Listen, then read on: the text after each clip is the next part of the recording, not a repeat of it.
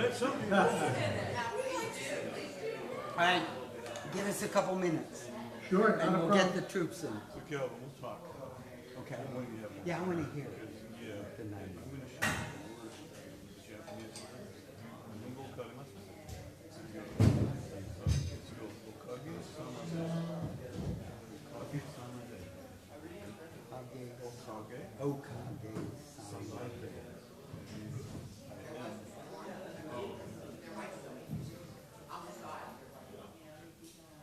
It embodies this whole essence of gratitude, oneness, the shared humanity. For you to say that, and be that. So many people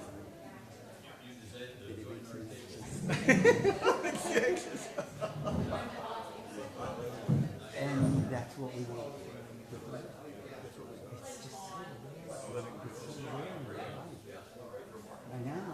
That's why this is so fun and so exciting. I think so.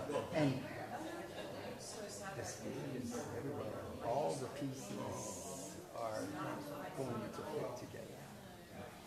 You're familiar with consciousness. Yeah, I'm curious. Something's here. And Down to the base level of that. I have trouble with that one. But we can talk more. I've had conversations with that. Yeah, I'm a materialist.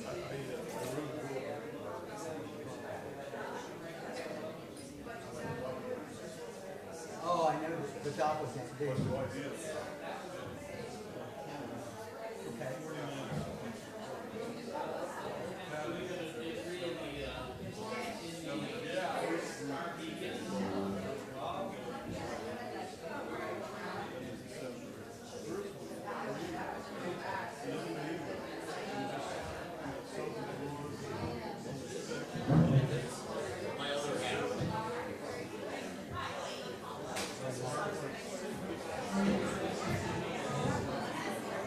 Okay.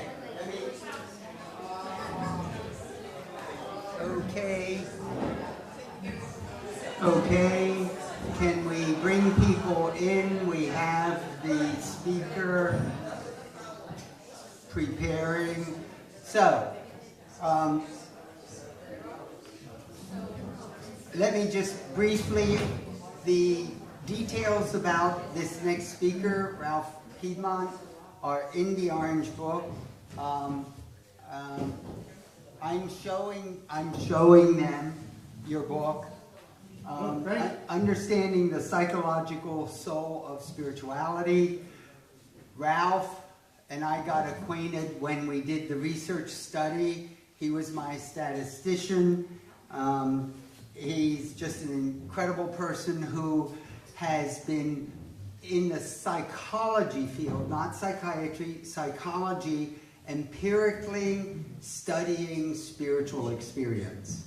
So he's got a lot of things, he's got different perspectives that will just add to what we've already heard. And Ralph, I'm ready to go ahead and have you take it away. Okay, thank you, Calvin. I appreciate your very kind words. And we can hear you, and we can hear you. Wonderful, makes it even better, because my sign language skills aren't that good. So thank you very much. I want to thank IRAS, and I want to thank Calvin for inviting me to be here today with all of you to share some of my ideas and perspectives on the psychological dimension to spirituality.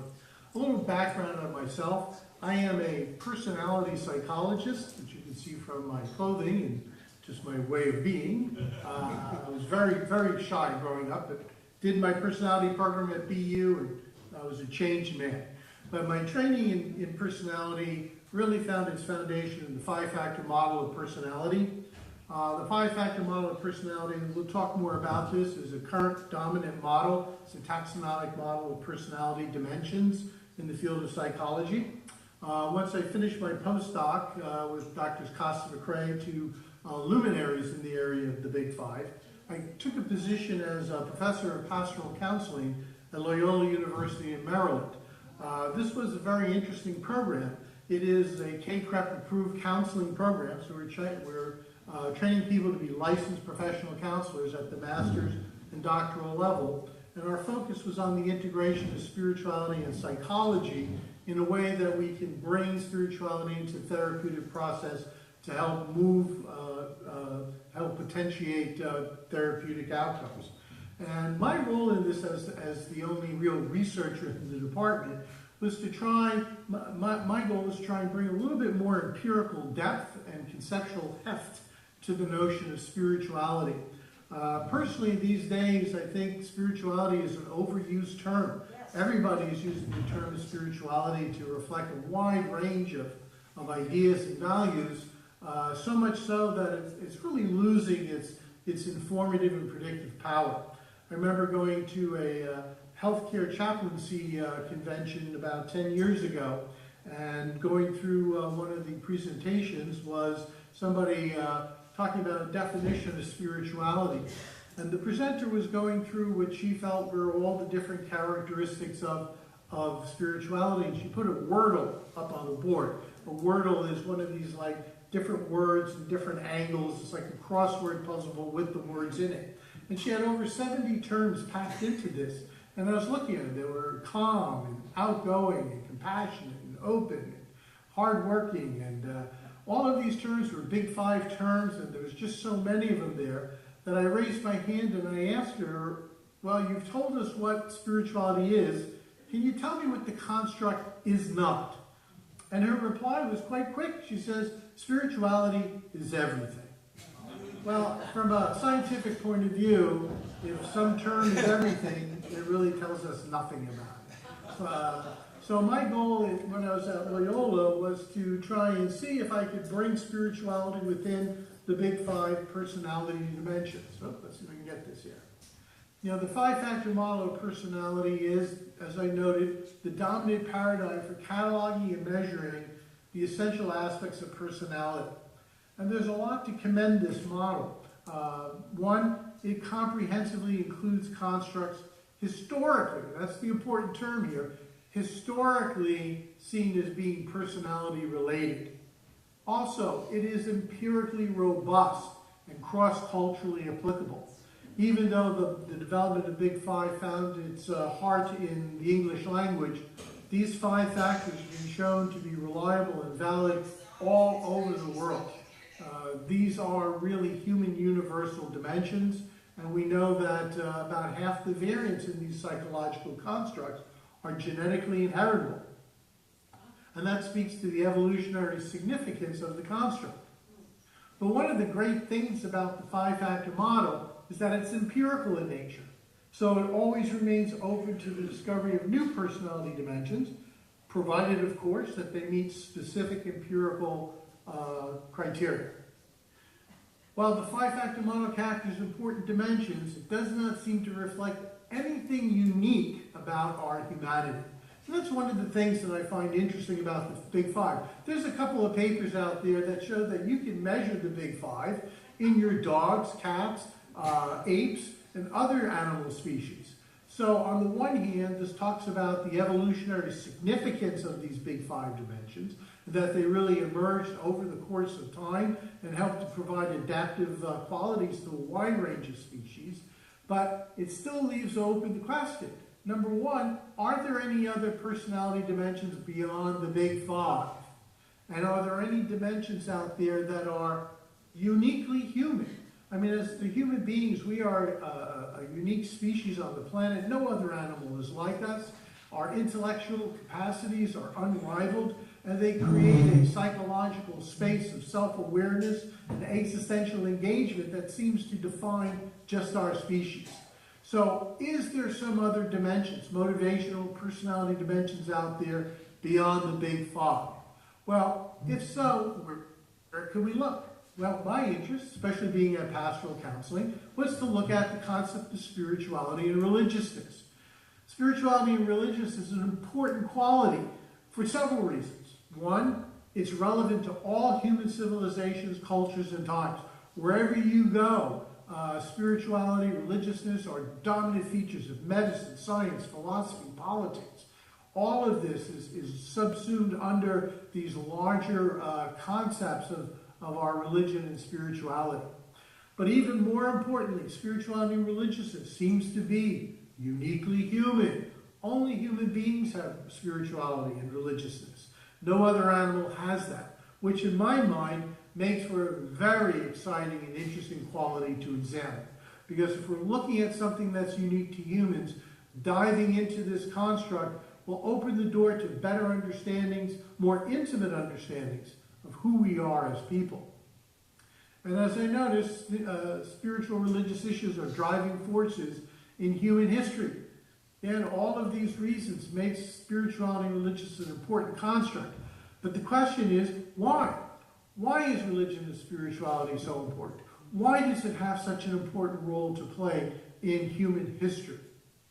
Well, one reason for the value of spirituality and religiousness is that these issues contain for us our longest range intentions about our lives. Okay? When we plan about our lives, religion and spirituality opens up a time dimension to us that is very long and very broad. It takes us not only through the course of our entire physical life, but it also takes us beyond that as well. So spirituality and religion, because it gets into these kinds of issues, reflects important existential concerns that all humans have. Perhaps what drives us to create spirituality and religiousness is an underlying drive that is specific to our species. And my research has shown that there indeed is an underlying motivational domain that drives these issues. It is what I refer to as the numinous. I picked the numinous for two reasons. The numinous is a term that really stands in both the theological and psychological worlds. I'm sure many of you are familiar with Rudolf Otto's 1929 book where he brings in the term the numinous, talking about those ineffable experiences and encounters with a divine reality and the impact it has on us psychologically. But also Erik Erikson talks about the numinous in his psychosocial ego development model, where at the very first stage of human development, trust versus mistrust, the positive outcome to that stage is what he calls the value of the numinous. And it's all about the relationship the young child has with her or his caregiver. That this figure, this powerful being, rescues the child from being alone, from being hungry, from being cold, from feeling isolated. This larger figure embraces the child and gives it comfort and security. That is the numinous. And it's all relational, and it happens at the first level of development. All other psychological development builds off of this first initial relationship. So I see the numinous as a good term for capturing these underlying, ultimate existential issues that we have and engage with in our lives. And that's what the numinous is.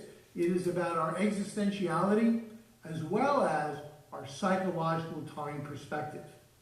Okay? And psychological time perspective was developed by Kurt Lewin, a very interesting and influential psychologist whose career was cut short, unfortunately, by his untimely death. But what Kurt Lewin told us is that while time may be a linear experience for us, that we obviously take it one moment at a time, psychologically, we understand time in a larger, more fluid manner. Some people are past-focused. They tend to worry about things that happened in the past, the insults, the tragedies, the losses. Some people live entirely in the present. It's all about the here and now. What can I do now? What brings me joy now? And then there's the future time orientation, where we start looking down the road for tomorrow and next year and next month. What do I want to do with my life? Where do I want to go with my life? And then finally, there's the transcendental time perspective. And the transcendental time perspective is one where we see this current life as merely one stage in a larger ontological process. In that, from a religious point of view, we may be thinking that we have an eternal soul that goes on after death. But even from a secular or atheistic perspective, it's a recognition that the things that I do in this life, even though I may die, there's implications of those actions that go on after my death. So those two things, existential engagement and time perspective, are at the core of what makes the numinous so special. And when we talk about our existential involvement, there are three most important questions or fears or concerns. And again, this is coming from Paul Tillich, the theologian. I think he's a great writer, especially for psychologists, because he writes in a way that's understandable to social scientists. But what are these three fears that we have? Number one, is death the end? When I die, am I over? Is it all gone? Is there meaning to life? Why am I here? What is my purpose? Is there something I need to do? And finally, is my life of worth and value? This is more than just self-esteem. This is an overall assessment of an individual, recognizing our flaws, our weaknesses, our limitations, our imperfections. Does my life mean something? Does it have a positive impact? Is it good enough? These three questions have important implications for how we live our lives. And answers to these questions create the ultimate psychological paradigms for our entire lives. So, the second dimension of the numinous is psychological time perspective. As I said, this reflects our natural orientation to time, past, present, future, and transcendental. It represents how we see and understand ourselves in time. And what research has shown, I think the study by Phil Zimbardo has done some work, very good work on this whole area, shows that there's different psychological implications for these different time orientations. It's interesting, people who are locked in the present, you tend to find a lot of these people in substance abuse programs. They live for the here and now, just for the now. People locked into the past sometimes bring a lot of bitterness and feelings of hopelessness with themselves. But what Boyd and Zimbardo found out is that those with a future, and especially transcendental perspectives, have and experience more personal resilience. They're more goal-focused, they're more successful, they're more productive, and they're more engaged in the social process of life, experiencing far more positive outcomes when they're looking far ahead. So, a transcendental time orientation represents a belief that one's life is but one stage in a larger, longer ontological process. The transcendental time orientation provides individuals with the greatest psychological freedom. And this is very important. I'll talk a little later about it, but there's a whole field in psychology called terror management. Terror management works out of a psychoanalytic approach, trying to get at these issues of thanatos, or the death instinct. And what the researchers there have looked at is what happens when you stress to people their finitude, that when you make their mortality salient. And what they have found from this research is that people become much more conservative, they become much more we versus they oriented, a little more paranoid and punitive, all as a result of this, you're going to die soon. A transcendental time orientation is just the opposite end of that. What happens when people are aware of an eternal time perspective? Well, I find that people with this attitude have a great feeling of psychological freedom. They have an ability to go all in with their lives, investing in goals that aim to transform the ethical nature of their communities that they're involved in, that they're very transformative in their approach to life. And it's very free. We can look at people like Martin Luther King, Gandhi, Buddha, Jesus, Mother Teresa. These are all people that just saw life from a very transcendental perspective, that the need to go all in, to put their lives into this process, because the value of raising up the moral quality and fiber of their communities was just that important for them. So when we look at the numinous, it does open the door to the more higher end nature of who we are as people. Some of my research on the numinous has shown it to be a universal motivational dimension. I've developed a scale called the Numinous Motivation Inventory, makes sense, as well as the Assessment of Spirituality and Religious Sentiment Scales. Both of these are out to capture the numinous, and my research has shown that these dimensions, this dimension of the numinous, is not linked to religious status, whether you're Jewish, Buddhist, Christian, Hindu, Jewish, even atheist and agnostic. The dimensions are valid and reliable in these folks. We've translated into different languages across different cultures. It's been in Saudi Arabia, Iran, Vietnam, France, there's a good one, Spain, Portugal, Argentina. It's just been, the Philippines and Tagalog. All of these languages, all of these cultures show that they have terms and ideas about the numinous, and that when you measure the numinous, it tells you something about people that is independent of the big five domains. And this is the most important factor of the work that I've done, and that I spent my time trying to identify the existential foundation to religion and spirituality, and that this dimension is independent of the five-factor model of personality. And in fact, it meets the empirical criteria to be considered a sixth dimension of personality. So my work recently has been arguing for, presenting the results of my work, showing that the numinous is a sixth dimension of personality, something that has incremental predictive validity over those big five. And most excitingly, I like to argue that the numinous is a uniquely human quality. It's a quality about creating ultimate meaning-making for us in our lives. Okay, let's talk more about the numinous. The numinous really helps to pull together a number of different psychological issues in a manner that demonstrates their interrelatedness and enhances their interpretive predictive value. And that there's a lot of things sitting out there in the field, such as self-actualization and personal transformation. Talk about Maslow and Rogers. You know, self-actualization occurs because we have a real need to understand the ultimate qualities of life. The numinous is an affective cognitive motivation that represents an inner desire to connect with the more implicit, tacit, or latent aspects of life that control the flow of experiences that we encounter from our senses.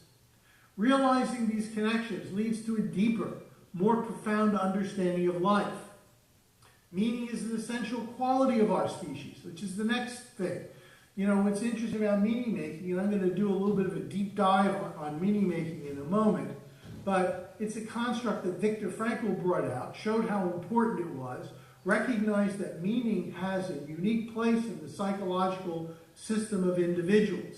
And he showed that people who had meaning do better than people who don't have meaning. And that our ability to create meaning is a unique aspect of our psychology. And that that's unconnected to more pedestrian psychological issues and theories. But one of the things that we'll see, for Frankl, meaning was like a yes-no quality. People who had meaning did better than those who didn't. What the numinous is going to show us, that meaning is a more complex concept, and that not all meaning making is the same. As we talked about, psychological time perspective is something that's unique to us, given our very powerful cognitive abilities, the abilities to step outside of the immediate flow of time and to think about things way into the future, to think about things contemporaneously in different ways. All of that is part of what the numinous is, and it's an important component to driving our existential engagement. Also, we talk about in the field ultimate levels of well-being. You know, we talk about life satisfaction and coping, but there's an ultimate level there that we use the term eudaimonia to express.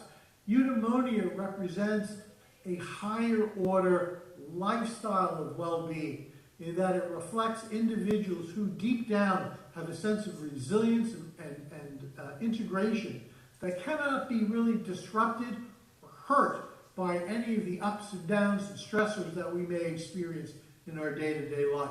And we'll see that some of this ultimate levels of well-being are also part of the numinous.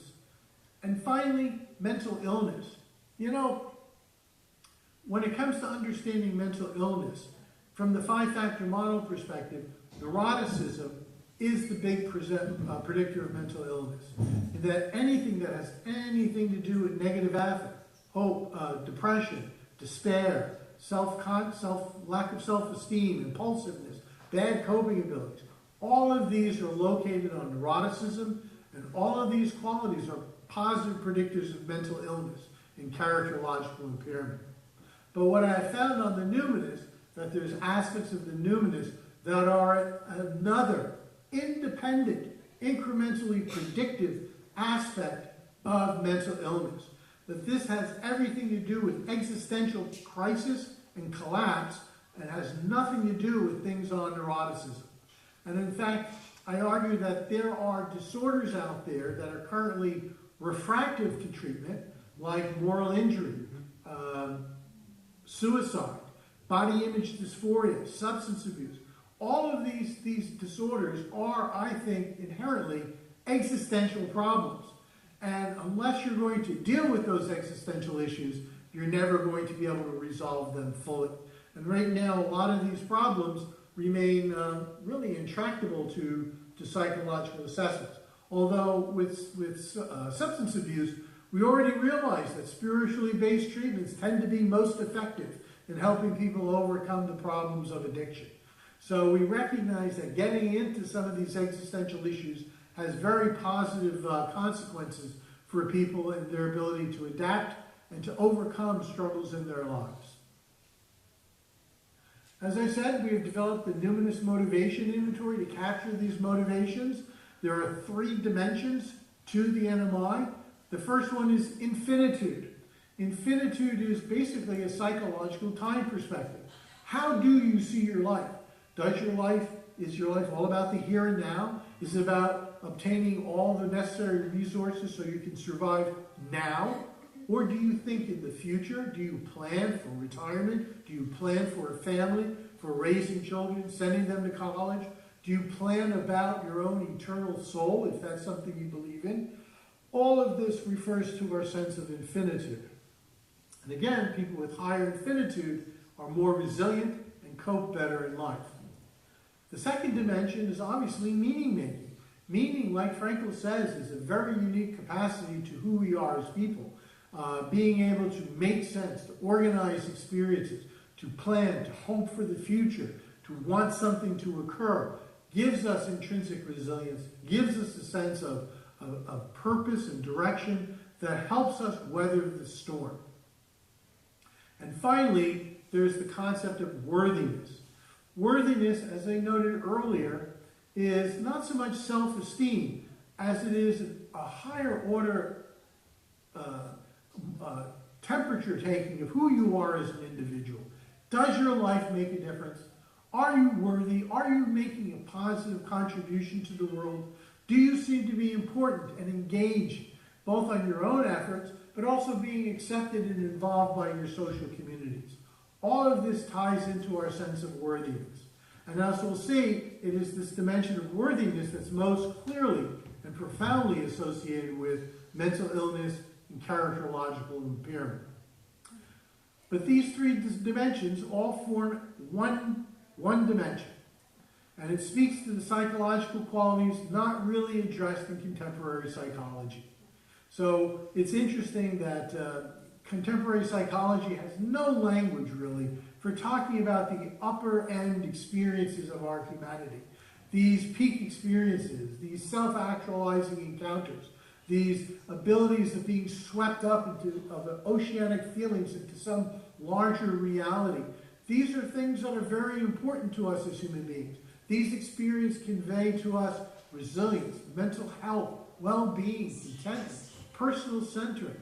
And yet the field of psychology has an impoverished vocabulary for talking about that. Fortunately, the world of theology and spirituality has a well-developed language for talking about these things. So by reading, I think, looking at theological and spiritual texts, we can learn a lot about what the numinous is really doing for us. And in fact, that's why I believe the numinous is the underlying motivation to why we're spiritual and religious creatures. Because we're always reaching out to something larger, to these bigger realities that seem to be behind the experience of life as we encounter it, that are influencing the flow of experience. So we need to get into these things. I want to talk about each of the 3 dimensions in a little bit more detail. So let's start with infinitude. Infinitude is basically knowing that we're going to die, and we're the only species that knows from the get-go in our lives, or very young in our lives, that at some point our life will come to an end. So knowing that, how do we create meaning, depth, and coherence for the life that we are leading? That we all, to some degree, seek out values and actions that we believe are going to be stronger than death. For example, I like using this little metaphor of a pebble dropped into a pond. You know, we think of a nice, nice pastoral scene of this pond, just nice and calm waters. And we have a little pebble that we're holding. And that pebble is really our lives. And when we drop that pebble, it falls quickly to the pond, goes in the water, and goes quickly to the bottom of the pond. And that, in a sense, is our lives. Our lives are just a flicker in time. We're here and then we're gone. It passes almost as an afternoon in the eyes of God. But that stone, even though it may be resting on the bottom of the pond, when it entered the water, it created ripples. And those ripples continue to expand out from its point of entry. And those ripples influence the pond in very long, distant ways. So too is our life. The things that we do now continue to resonate after we have died. So that's the whole idea of infinitude, is making that recognition that there's more to our life than the immediacy of what I'm doing now. And like I say, psychological time perspective is the essential element here for infinitude. Are we past oriented, present oriented, future or transcendentally oriented? Our perspective here drives how we adapt to our finitude. In that, simply put, the longer the time implications for our intentions, the more resilience, adaptiveness, and overall personal satisfaction we derive. Because going through into the future helps to organize us psychologically, and helps to minimize any problems or issues that we may encounter along the way. We're able to keep our focus and our own personal compass moving us in the direction that we wish to move. So understanding our current life as only one stage in a larger ontological process indicates, from the numinous model, the highest level of development on this domain. So having this eternal time perspective really creates a psychologically freeing experience where we're able to really go all in on things with passion and depth, because we don't need to really count the costs of anything. Meaning. I love meaning. I'm doing a lot of work on meaning right now. We're developing a scale called the Waves of Meaning scale. We've given it out. In fact, we just finished a translation of it in Chinese, where the constructs were found to be reliable and valid. But the numinous model for meaning, I think, is a very important model because it ups our understanding of meaning much more in a much more sophisticated manner. But Frankl, as I said, was the first to call attention to the powerful psychological value of meaning. For him, people with a clear meaning structure had more resilience and direction for their lives. Why? Well, meaning leads to purpose, which leads to a more long-range plan of action for being. But for Frankl, having meaning was better than not having meaning, although he made no distinction about the quality or type of meaning. Hatred could work just fine. I remember reading his Man's Search for Meaning, and he recounts some of his experiences in the concentration camp. And one of the notes, observations he made was that, people in the camps tended to do well if they had some kind of meaning, even if that meaning was hoping to kill the guards that had imprisoned them. Even that kind of hatred helped to keep them together, fueled their existence, and kept them focused. We've got to realize, though, that not all meaning making is the same. Okay? For some, especially spiritual people, their faith helps them to go all in to their communities to help improve them. While for others, their spirituality may lead them to fly planes into buildings. These are all meaning making, but clearly they're not all the same. The second issue was that Frankl saw meaning as being a single dimension. You either have it or you don't.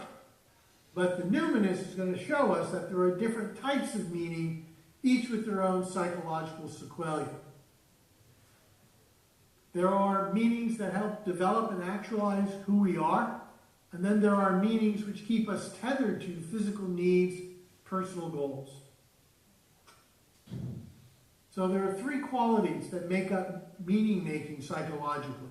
Or at least that's what our numinous model is telling us. What are those three dimensions? One, are we self-focused or social-focused? You can think of this as agentic versus communion, agency versus communion. But where is the self really looking at?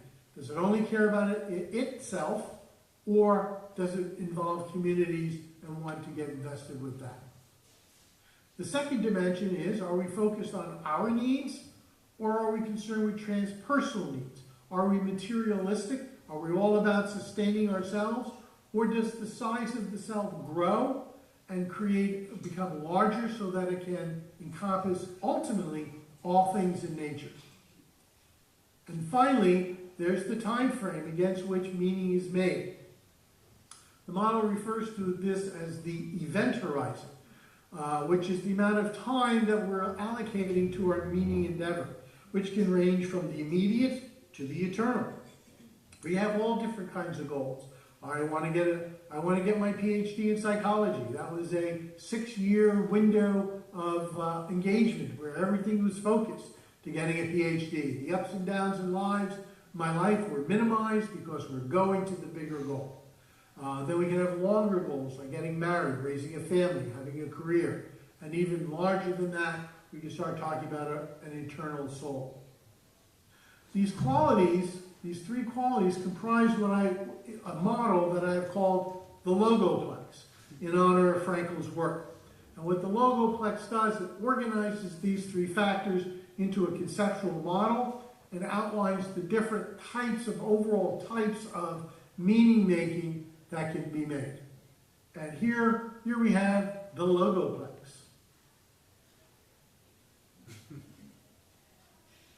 Excuse me. Couple of things here.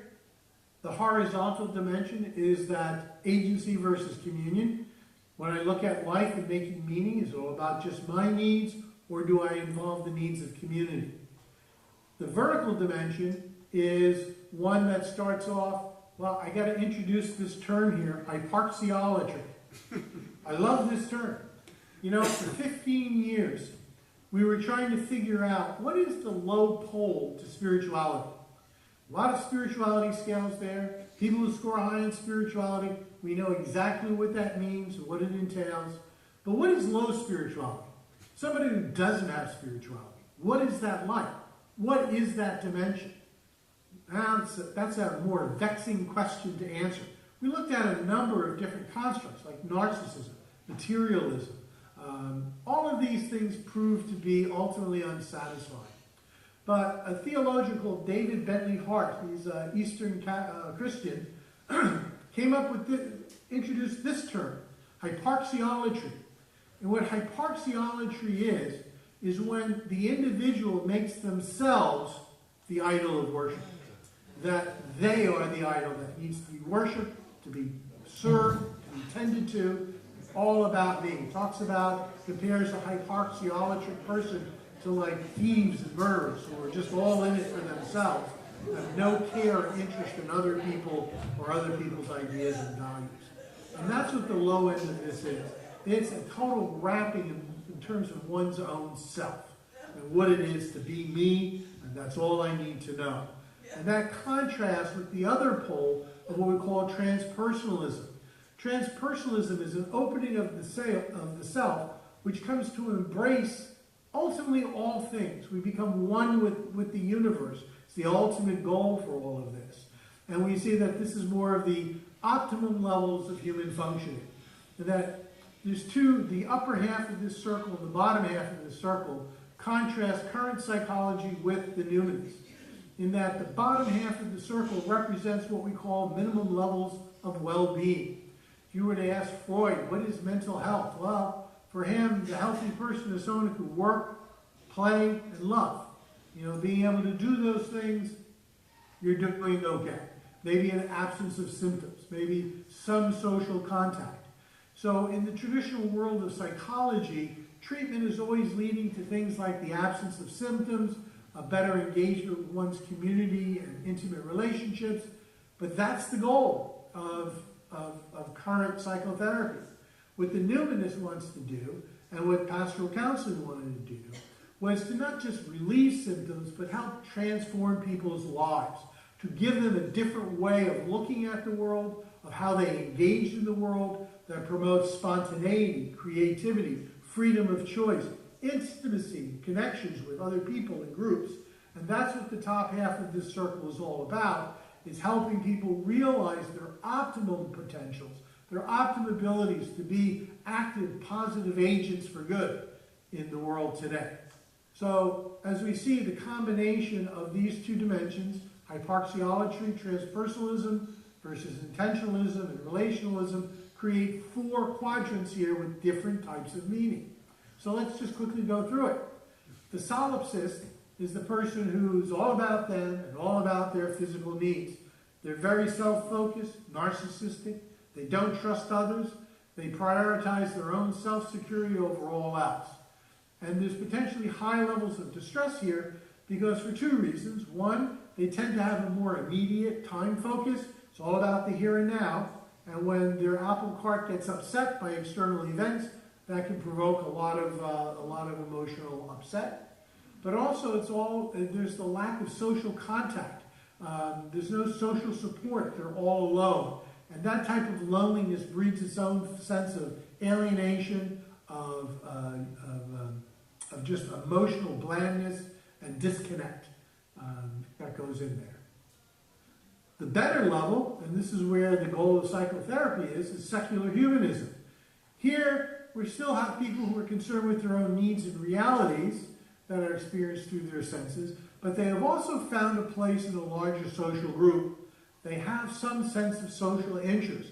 They become part of groups because groups can either help make them feel more safe and secure, but groups can also have a more positive value on improving the community that one lives in.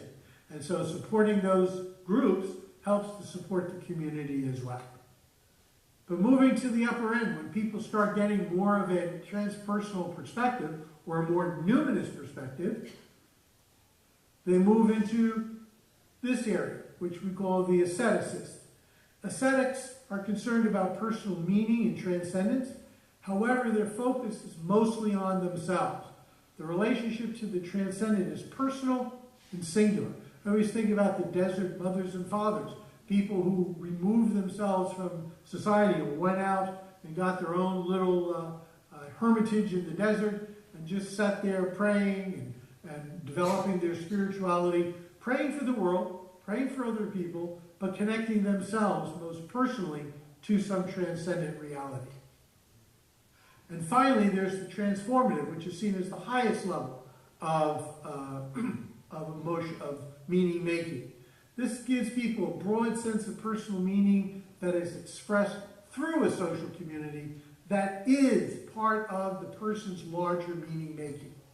We see this as the highest level of personal fulfillment, is where people are able to just go all in, put everything in passionately to help work with communities and rise them to a higher moral plane. So again, we see that there are different kinds. All of these people have meaning, but those meanings have different psychological implications. So if we put some of the strengths and weaknesses here, we can see that for the solipsist, one of the strengths is they're very goal-focused people. They know where to go to get what they need. But their weakness is they're prone to experiencing psychological distress. Their present time orientation helps to restrict them from fully engaging life in a more resilient way. Secular humanists, they're socially generative. They have what Adler called social interest, or Gemeinschaftsgefühl, which is this commitment and involvement in communities to help them move further along. Their downside is cynicism. Sometimes they may feel that the communities that they're involved in aren't worth their energies and efforts.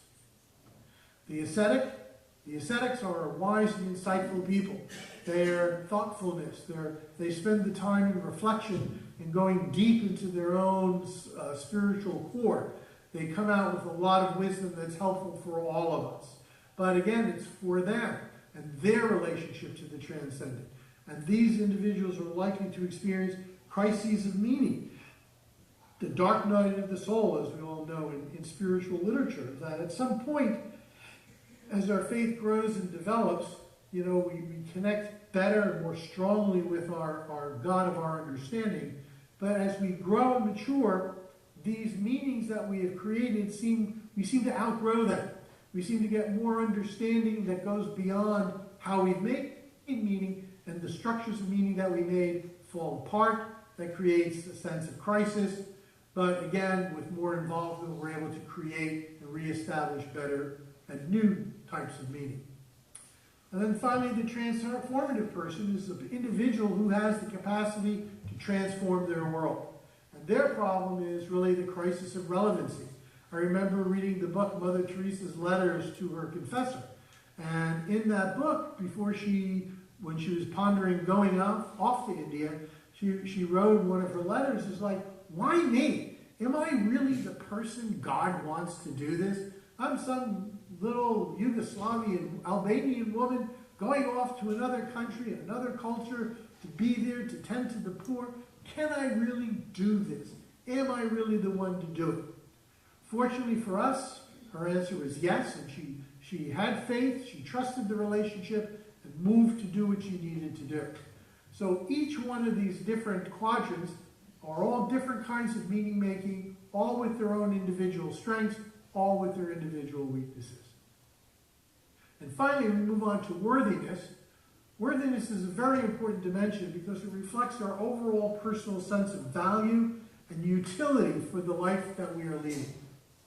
It has been shown, and this is very, very important, it has been shown to be a significant causal predictor of negative affect and characterological impairment, independent of neuroticism. Okay? So whatever contribution the dimension of neuroticism makes, and it makes a very large contribution to mental illness, worthiness or low worthiness has just about as strong a predictor, independent of neuroticism. So it adds something new. It does not reflect self-esteem or self-worth, but it is an overall assessment of personal value. And when that's compromised, people experience an existential crisis that results in feelings of condemnation that leads to what we found in our data, increased ideas of suicidal ideation, more frequent suicide attempts, more efforts of winding up at emergency rooms for psychiatric treatment. It's just not a very good place for people to be. We believe that worthiness is a central issue with disorders that are refractive to current treatment approaches, like alcoholism and drug misuse. Spiritually based programs seem to be the best for managing this. Why? Because it gives people a future time orientation. It gives people the ability to look forward to things, pulls them out of that world of the here and now, and tells them that there's more to just getting high today, but there is a tomorrow for you as well. But also suicide seems to be very much linked to data on low worthiness. Moral injury, which seems to be a new aspect that comes from some of our soldiers who have returned from the wars in Iraq and Afghanistan, coming back with symptoms of distress that are not very responsive to PTSD treatments, and it leaves the military in a bit of a quandary of what to do. But moral injury is something that happens when an individual commits something, an act, or allows an act to be committed that violates their essential moral perspective and values in the world. This is when people feel that they have done something that has compromised their own integrity as a human being. This is a hard thing to come back from. This is, a lot of times people feel that God is punishing them. And you got to step back and ask the question, when you feel that God has rejected you, that God is punishing you, to what appeals court do you turn? Where do you go to get that ruling overturned? There is no place to go. If God doesn't love you, then you've got a real serious problem. So being able to address this issue of existential worthiness becomes very important, and we feel is a very central component to moral injury. But also there's body image dysphoria. Girls, young women with anorexia nervosa or bulimia, they're struggling more with who they are as a woman, as an individual, as a person in community, in society, how they're being seen and accepted for themselves. Again, this is another aspect of the numinous. People with low worthiness may appear depressed, but the experience is not affective, but a catastrophic disappointment in their own sense of selfhood. So it's very different from neuroticism. It's more of a failure, a cognitive failure in their sense and idea of who they are as a person. So with that, a few conclusions, then we'll move to some questions. One, I like to think that numinous is a defining psychological aspect of our species. I believe that addressing these issues brings you in contact with the most intimate aspects of an individual's mental world. And theologically, spirituality is all about our relationship to a transcendent reality. Religion explains why God reaches out to us, but I like to think that the numinous explains why we reach up to him. So thank you for your time. We got about 10 minutes left, so if I can answer any questions. Could someone please turn on the lights by the camera there? And what we would like to do, if you have questions, is come up here to the microphone, and we'll actually turn this so that you can speak to Dr. Piedmont. Okay? Questions, comments, thoughts? Let me turn this. Can you see the microphone? I can, yes. Cool. Saul? Well, someone, while he's coming up,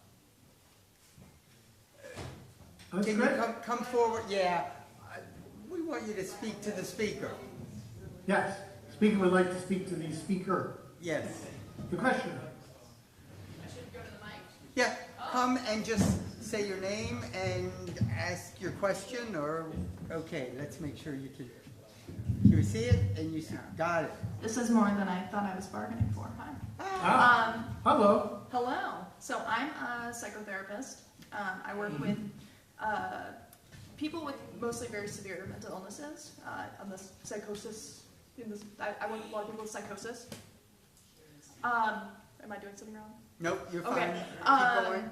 My question is, so in my experience, one of the most common lenses that therapists practice through today is an existential lens. Irvin Yalom is one of the most commonly read psychotherapists, at least among my peers. How does your model overlap and differ from, maybe Yalom-esque existential therapy, which is the lens I practice from? Yalom is obviously a great guy. I studied him in graduate school. In fact, my group there, don't run away. Should I stand here? I'm sorry. Okay. I won't bite. Okay. My group therapy professor was one of his colleagues at the Tavistock Clinic, so Cool. we got a lot of Yalom. But, the problem with Yalom, he takes a very secular approach to things, and he short shrifts a lot of the higher level psychological dynamics that human beings engage in. He doesn't believe in a life after death, and he wrote a book on death and what it would be like. He says, do you remember life before you were born? That's exactly what it would be like after you died. Nothing. In there. It's like, wow, now I need to go out and have a drink on that one there. It's, there are, what psychology doesn't realize is that people understand and gauge life in many different ways. Our belief in an afterlife. Again, why is religion so popular? Religion is popular because it addresses the three key questions of the numinous. Is death the end? No, you have an eternal life. Is there meaning in life? Yes, God has a plan for you. And finally, am I good enough? Absolutely. God created you and said it was good, but if you mess up, there's always divine forgiveness. So those three issues draw us heavily into religion, and it resonates with us. And that this whole aspect of functioning that deals with transcendental and eternal time perspectives give us an incredible freeing of our lives, that something is going on in here. To ignore this, to denigrate this, to downplay the spiritual dimensions of, existential dimensions of the individual, I think unfairly curtails the ability of psychotherapy to do something with people, to give them a sense of hope. What does it matter? You know, is there a life after death? No one here really knows. I mean, it's an open question. You know, I think it is. I am a spiritual guy. You know, I have a relationship with God. But I got to tell you, you know, and I've said this in my reflections, when I think about my faith and I think about the universe, I think one can make a compelling argument that what you see is what you get in this physical world. Or you can make the argument there's something more wonderful and splendid beyond what's here as well. I think you can go either way. It's up to you to decide, and I think that's a wonderful thing from a spiritual perspective. It shows the true strength and gentleness of God, that He respects our ability to think, gives us that opportunity to draw on it. But I would say, you know, helping people manage these existential questions is important, and I think everybody does, whether they're religious or not. One of the things that I like telling some of my students, and I teach at Hopkins now with counselor ed for more licensed counselors, is like you need to ask people, what is their metaphor for life? You know, I mean, how do they see their lives? What are the themes of their lives? Because what you're going to find are statements that are going to speak directly to the issues that they're struggling with, whether it's infinitude. You know, when I die, is that really the end? So how do I make sense of the life that what do I do? Why should I continue? Well, we need to work with that. Issues of meaning, issues of worthiness, like sin and forgiveness, you know. So these are the themes that will come out from everybody in one way or another, and you need to be able to deal with them. And you need, at a minimum, to deal with them with sharing them with you, and not just to denigrate this, well, you know, that stuff really doesn't exist. And it's not. That's the short answer. Thank you. Thank you. Ralph, Yes. it looks like we may be having a fire drill. So, that was a temporary accidental fire drill, we hope. While you're still here, can I ask one thing? Yeah. I think, I think you assumed that you might be speaking to psychologists. And could you say what the 5 factors of the 5-factor model of personality are? So people... Okay. It's called the Big 5. It is neuroticism, which looks at mostly negative affect. We have extroversion that looks at our gregariousness and personal energy and tempo. It also captures positive affect. We have openness to experience, which looks at permeability between ourselves and the world. Do I like to freely engage the world, or do I like to keep the world out? Agreeableness is the 4th dimension. It looks at our orientation towards people, from very compassionate, caring, Mother Teresa-ish, to very selfish, manipulative, and Machiavellian at the other end. And finally, there's conscientiousness, which is our personal organization and goal-driven behavior. People high on conscientiousness are achievement-oriented, self-disciplined, dutiful, and do a lot of good things. These 5 factors have been found to be very robust in that we find them in cultures around the world. And as I mentioned earlier, we've also determined that 50% of the variability on scores on these latent dimensions is genetically heritable. So they're part of our DNA. They come through over our evolutionary experience. And other species besides ourselves have these dimensions as well. So a very powerful model that provides a lot of explanation for important outcomes. Big 5, like neuroticism, has been shown to be a causal predictor of mental illness. So too has low worthiness, has also been shown to be a causal predictor of mental health issues. So these are dimensions that are part of who we are, and that we found through, we find it in language, is where we found it. We've gone from there and developed them into a very robust empirical model. Okay. So, I see we have JD's hand, but Saul, you want to step up to the microphone? And so Saul, and then we'll ask JD, and then we'll close. Thank you very much for your presentation. Very interesting thank you. and informative. My name is Solomon Katz. I've done a lot of research on spiritual transformation. And the question I have is actually related to your most recent comments too. Which you first of all, you mentioned under the numinous and other categories that you talked about, a genetic component to it. I've done lots of twin studies, so I'm very familiar with the idea of a heritability model. But that's very limited. Good. So the real question is, we're moving into genetic level, specific genes. So are there any specific genes that you've been able to identify that directly connect to the issues you were identifying with the different models that you've been working with? Every now and then you see something that spits out a particular genetic molecule. I don't know what it is. It comes like, oh, it's the 6795A molecule. It's like, oh, okay, that's wonderful. What I do know, which I think is even more important, is that a lot of the research tries to find brain localities for where, when the brain gets stimulated in certain areas, does that seem to lend towards various dimensions. Now, Ising found his ascending reticular activation network, which was the for extroversion, neuroticism, for arousal levels in the brain. What I also find most exciting is the psilocybin research. I don't know if you're familiar with that. But I knew Roland Griffiths, and he used my Aspire scale in some of his early research. I remember talking with him, when you look at the MDM molecule, which is at the heart of psilocybin, he says that has a very specific binding site, which is right, boom, there, in the back of your head. And that when that's stimulated, it provides profound spiritual experiences for people.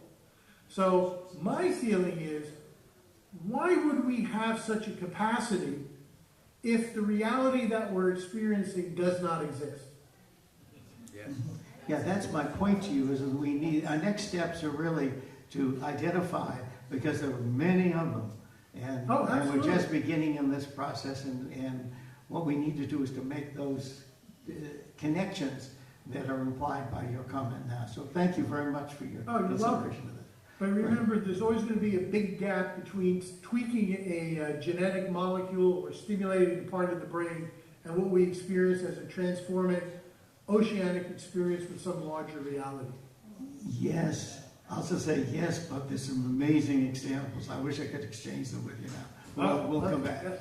Thank you, Saul. So let me, I believe, Ralph, during social hour this week on Wednesday and Thursday, we have invited the virtual speakers to come and visit and meet and talk informally.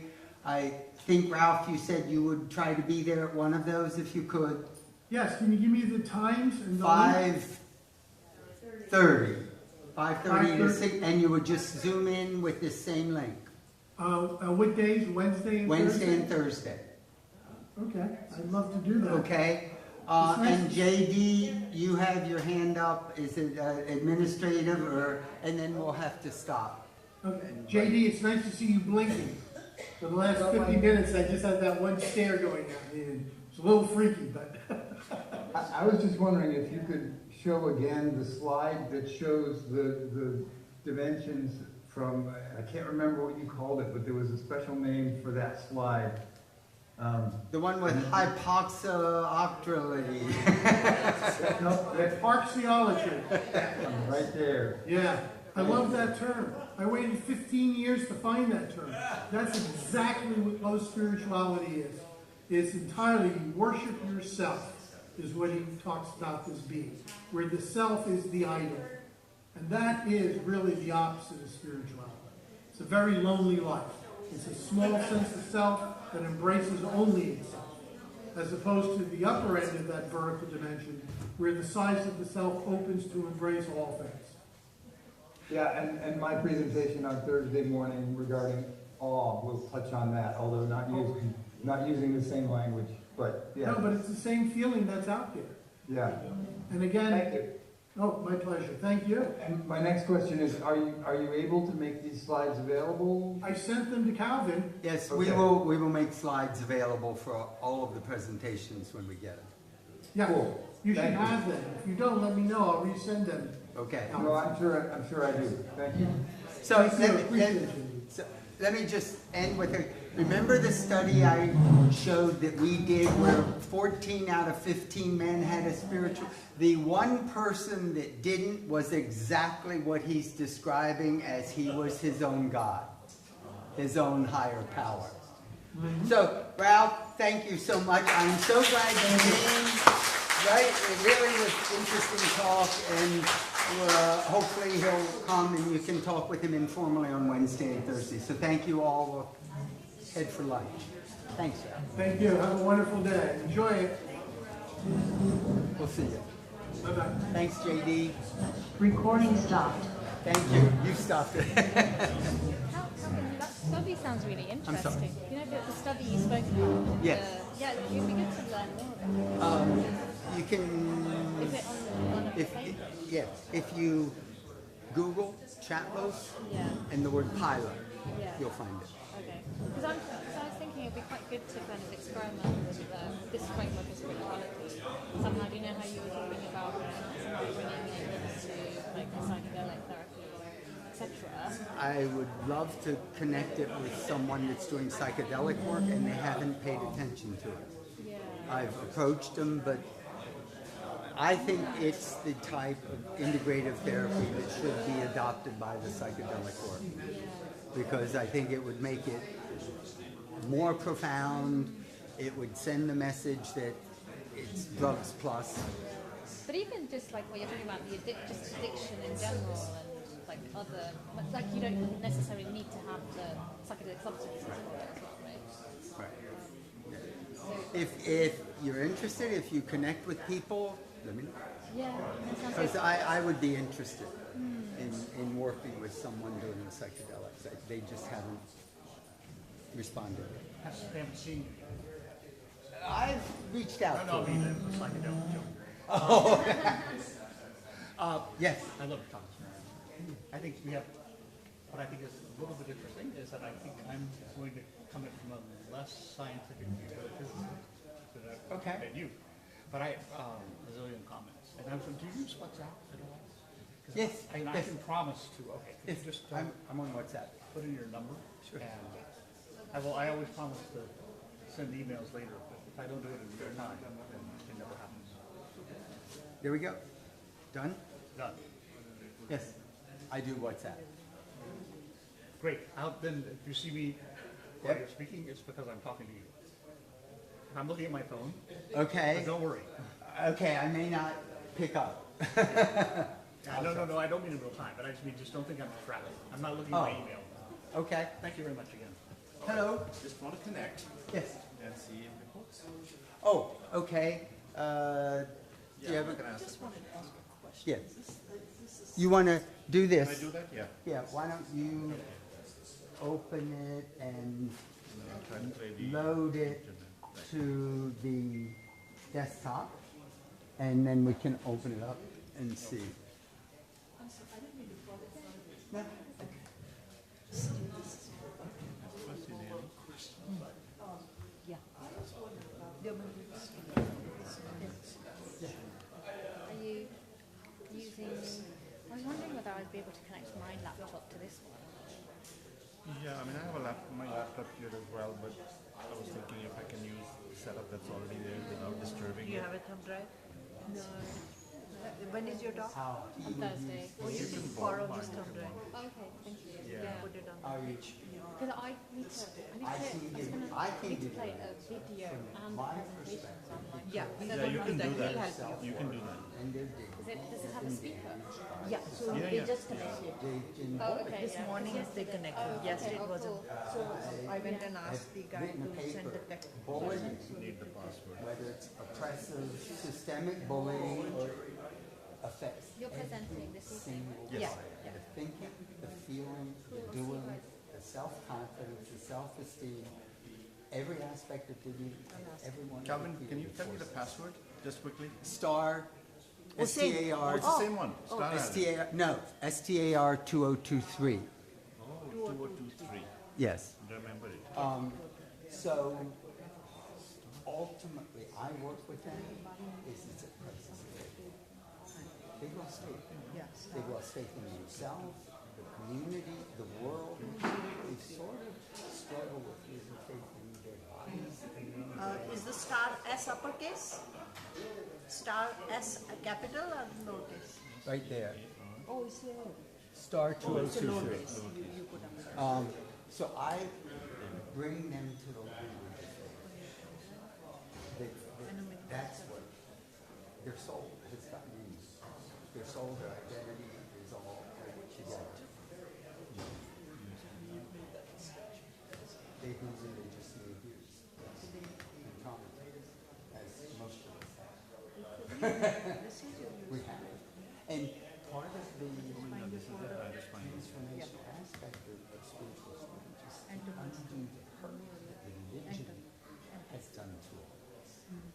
And most people, if you really listen to their stories, they've had to transcend their religious upbringing because they had to. I don't know if you got anybody, because he kept people. Yeah, so I didn't get any people for the interviews, but I talked to the front desk. They said I can never do this. So that'll be our interview spot. Okay. If you, I mean, and Okay. sorry. And we'll have people, I mean, we have a million different spots on the island where we'll take people and shoot interviews. I have a few people in mind that I will shoot.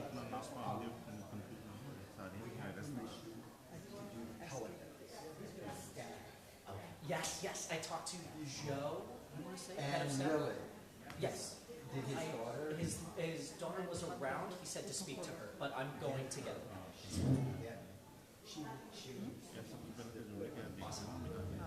I went right up to They're him all and I 18 talked to and him. above, and they're giving us permission to do it. Yes. Yeah, and we have a bunch of beautiful spots where we'll It'll take give it. us a different perspective and all these other things. So, I don't know what No, they'll this say. is awesome, Alvin. This is really fantastic. It's good.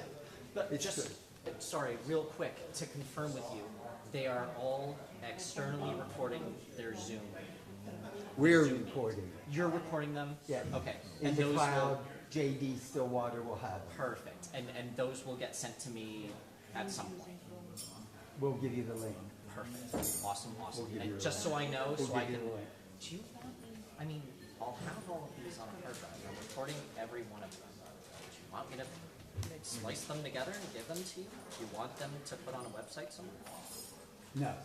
Okay. Because all of this. The universe doesn't give you what you want. The universe gives you who you are. People misunderstand that. They think the law of attraction is being obsessed with what you want. No, if you want something, it doesn't mean you're going to get it. They're all recorded too. By Anything up here and in this room gets recorded over on YouTube. by what those? Something. Yes. There. Everything is on YouTube. That's incredible to know. Just in case, God forbid, both cameras go out at once. Like, We've got okay, Calvin, that's fantastic. We've got so much Good, because material. well, just because I like And we different came- perspectives. Yeah. You know, the same words from a different shot. We came in late coming to your introduction. Okay. So that'll be good to use. We'll need that link later if I want to. Oh, yeah. So, It's Yeah, working. yeah. just by opening it and I just opened the He link. copied and pasted And and it did. put it on Google Chrome. then, okay, because I had to close my PowerPoint and so fine, we're So good. he went to My Google Chrome. PowerPoint is, maybe my PowerPoint is closed, but let me, if I go to desktop, here, no wait, no, it's here. Go to desktop. Well, let's make sure that your PowerPoint comes up here. Yeah, I'm gonna make sure. Yeah. There. Here it comes. So both of them are happening together at the same time. It's happening. Wow. No problem. So Fine. because he did not play the music from PowerPoint, he played it from Google Chrome. He copied and pasted the link on that. So you Maybe that's the opened reason. Google Chrome then? Yes, yes. And you didn't have to close, I had to close the PowerPoint to get my Google. Okay, fine, Do that. fine. Even better. Actually, he did, and you may have to, because he went on Google Chrome first and then opened up. Does it matter? We don't know. We'll try. But Good. it's working. So this is And the working. sound is good. I can hear Sound is it. excellent. Yeah. So this is what's going to be.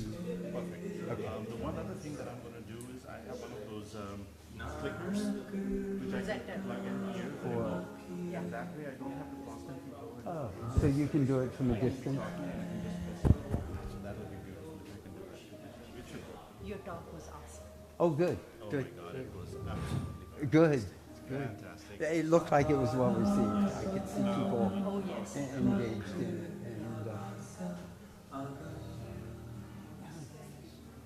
And speakers are all tuned in to the same. Wasn't he good for virtual? He basically strengthened what you had to say. Yeah. It was so, Yes. you know, That's, yes. convergent. Continuation of the same, It yes. was incredible. I mean, his whole The emphasis whole on week the should be like that. self-worthiness. It's Yes. gonna be amazing. Yeah, I'm So- already seeing so many connections here. Yes. So there'll be many different ways to look at the same thing, but he's good. I love him. He's Awesome, an amazing awesome. guy. He knows his stuff. Yes, he does. He's one of the country's experts on Oh, on I it. could tell. Okay, I'm gonna go eat. Yes, Yeah, go ahead, please. So ਤੁਸੀਂ ਆਪਣੀ presentation ਤੋਂ ਨਹੀਂ ਅਜੇ ਨਹੀਂ ਕੱਢੋ ਅੱਛਾ ਤੁਸੀਂ save ਕਰ ਲਈ ਅੱਛਾ ਮੈਂ ਨਾ ਖੋਲ ਕੇ ਤੇ ਦੇਖੋ ਲਿੰਕ ਉਸ ਵੇਲੇ ਕਿਤਨਾ ਪੜੋਗੇ ਆਲਰੇਡੀ ਪੇਸਟ ਕੀਤਾ ਹੋਇਆ we will have to do that again just open that you remember that you need the link ਕਿੱਥੇ ਹੁਣ ਚਲਾ ਗਿਆ ਨਾ ਤੇ ਹੈਗਾ ਮੈਂ ਹਾਂ ਕਰ ਲਓ ਫਿਰ ਦੇਖ ਤੁਸੀਂ ਉਹ ਖੋਲੋ ਇਸ ਲਾਈਟ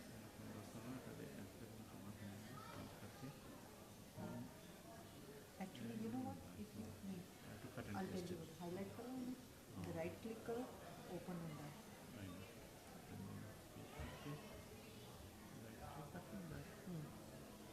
पहले highlight करना पड़ेगा. हाँ, right click करो. सर मैंने छोड़ कर make it into a link. हाँ.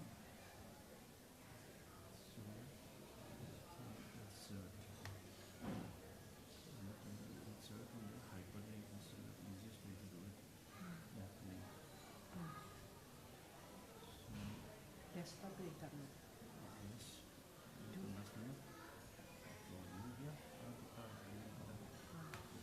देखो link पर. So मेरा बंद करो ना. नहीं देखो हॉट हो गया ना Desktop पे भी हो गया वैसे. अच्छा चलो. हॉट हो गया हाँ, फूल right. में राइट क्लिक करके कर सकते हैं Highlight कर लो. इनफैक्ट वो भी अवॉइडेड अंदर Slide स्लाइड पर से जावा हाँ, right click करो. राइट क्लिक That's में देना होगा सिर्फ क्लिक ना होगा Browse Google Chrome जाना पड़ेगा.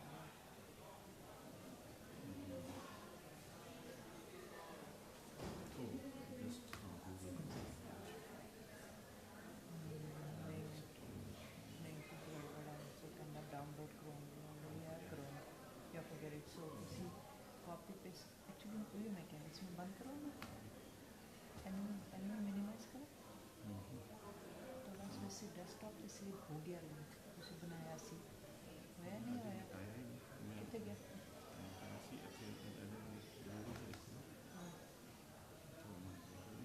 कॉन्फ़िगर किया, जो है ना, हाँ. करो प्ले करो. हाँ हो रहा था ठीक है.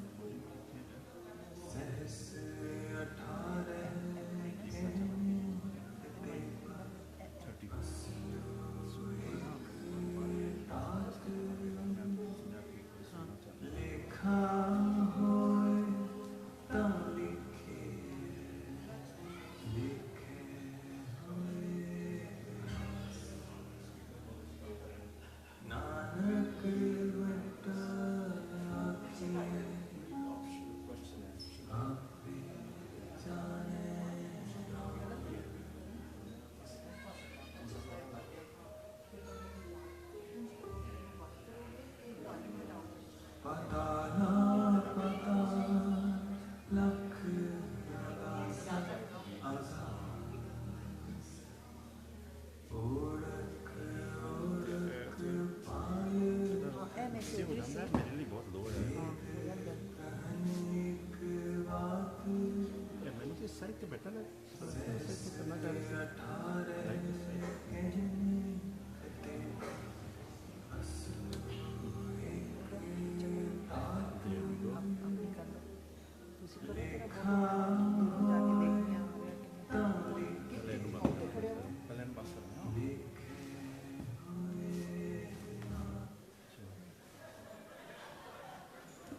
हेलो हेलो हेलो ऑन नहीं करते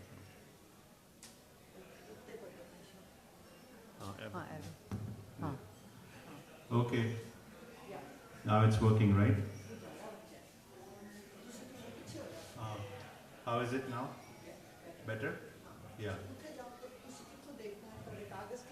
मेरे कागज अच्छे होंगे सो मैं नाला कागज पढ़ाऊंगा हाँ कितना कैसा लग रहा है hello is it good okay yeah is it good okay great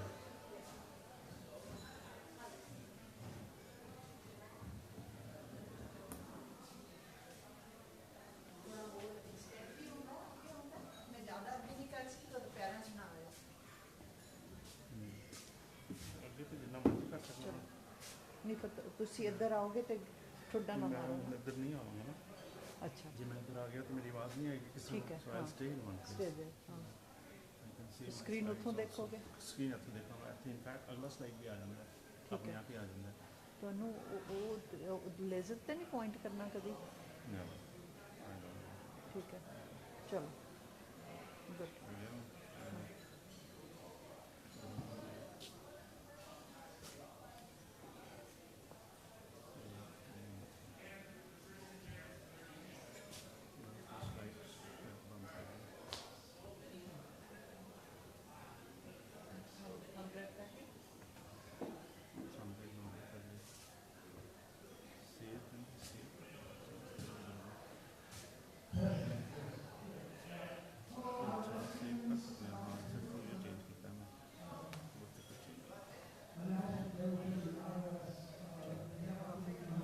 link बनया थोड़ा है ओके